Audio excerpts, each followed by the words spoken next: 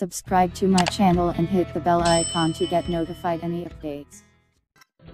Guys, welcome to my channel. Today I'm going to show you how to make rice in the pressure cooker. It cooks perfect. So I have 2 cups of rice. It's already washed. It's basmati rice. And whatever the cup that you're using, for example, if you're using measurement cup or if you're using a teacup or any cup that you're using, just take an equal amount. So basically for this, I have 2 cups here.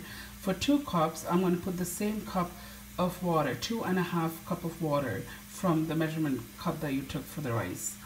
So I'm going to go ahead and put this in my rice cooker, pressure cooker, sorry.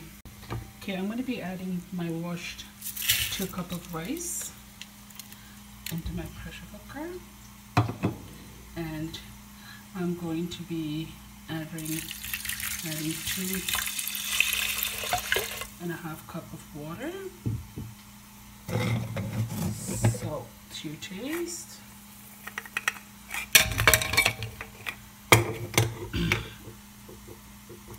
and I'm going to cover this. Okay guys, so I have the heat on high, and make sure that the most important thing in a pressure cooker is that make sure the lid is closed, sealed properly. And I'm gonna wait till I get 3 whistles. So the first whistle, after the first whistle, I'm gonna put it on medium heat. Second whistle, then I'm gonna shut off the heat, and let it for a 3rd whistle.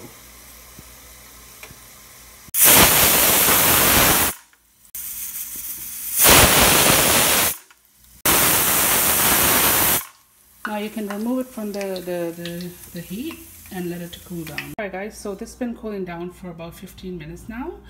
So before you open it, just pull this nozzle here and see if there's any pressure.